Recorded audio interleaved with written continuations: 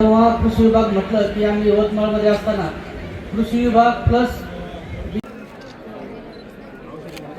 पाल्याची आहे का शेणामधले नाही नाही तुम्हाला जर एकत्र वाढवायचं असेल कुठे ठीक आहे सर टाइम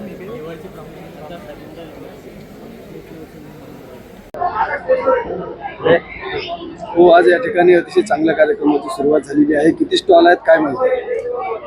जवळपास मला वाटतं 184च्या जवळपास सगळे लहान मोठे स्टॉल आहेत. सगळं खाद्यपदार्थापासून कृषी विभागाचे सुद्धा स्टॉल याच्यामध्ये आहेत आणि ग्रामीण भागातील महिलांनी बचत गटाच्या माध्यमातून आपल्या उत्पादित केलेल्या वस्तूचं विक्री या ठिकाणी 5 दिवस त्या करणार आहेत.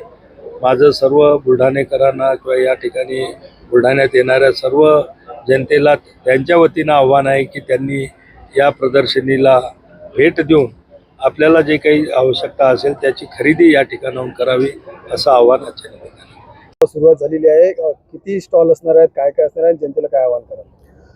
आज दिनांक 5 मार्च ते 9 मार्च असा 5 दिवसाचा एक उमेद गटामार्फत आणि कृषी खात्यामार्फत राजमाता महोत्सवाचं आयोजन करण्यात आलेलं आहे आणि या महोत्सवाची सुरुवात माननीय मंत्री केंद्रीय मंत्री आदरणीय प्रतापराव जाधव सरांच्या हस्ते नुकतंच पार पडलेलं आहे. एवढंच नव्हे तर त्या सर्व स्टॉलला देखील त्यांनी भेटी देण्याचा प्रयत्न केलेला आहे. साधारणपणे कृषी विभाग आणि उमेद DRDAचं जे उमेद आहे यांच्यामार्फत साधारण 165 स्टॉलची स्थापना करण्यात आलेली आहे.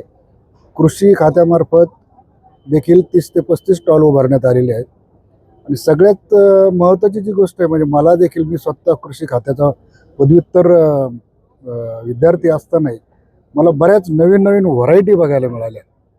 गव्हाच्या असतील, हरभऱ्याच्या असतील किंवा इतर ज्या ज्या काही कृषीची उत्पादने होती तर ते खूप चांगल्या पद्धतीचं एक संशोधन पंजाबराव कृषी विद्यापीठ असेल किंवा या विद्यापीठाच्या मार्फत ते करण्याचं मला बघायला मिळालं.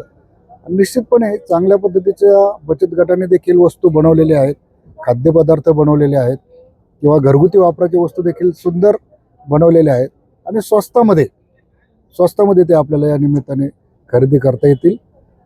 अन्नधान्यामध्ये आम्ही बघितलं हरभरा किंवा जी कडधान्य आहेत त्याचप्रमाणे सुंदर असे गहू, तांदूळ, बाजरी याचे देखील चांगल्या पद्धतीचं स्वस्तामधलं अन्नधान्य आपल्याला खरेदी करण्याचं चांगला एक आपल्याला एक संधी मिळालेली आहे. आणि विशेष करून या ठिकाणी जे काही खाद्यपदार्थ आहेत त्यामध्ये अगदी घरगुती वापराचे म्हणजे जसं चिकन करी, म्हणजे मटण मांडे, चिकन मांडे किंवा इतर व्हेज स्वरूपाचं जे काही जेवण आहे ते देखील खवय्यांसाठी एक उत्तम संधी त्यानिमित्ताने चालून आलेली आहे. माझं संपूर्ण बुलढाणा जिल्ह्यातले जे कोणी बुलढाणा शहरामध्ये येतील पुढच्या 5 दिवसामध्ये सर्वांना एक आवाहन करेल, या बचत गटाच्या ज्या महिला आहेत त्या आपल्या भगिनी आहेत, आपल्या त्या लाडक्या दिदी आहेत आणि त्यांना आपल्याला लखपती दिदी जर करायचं असेल तर त्यांनी उत्पादन केलेल्या प्रॉडक्टचे आपण मोठ्या प्रमाणावर खरेदी त्यांना या 4-5 दिवसामध्ये भरघोस असं उत्पन्न मिळवण्याचा आपण त्यांना एक मदत करूया. मंत्री महोदयांनी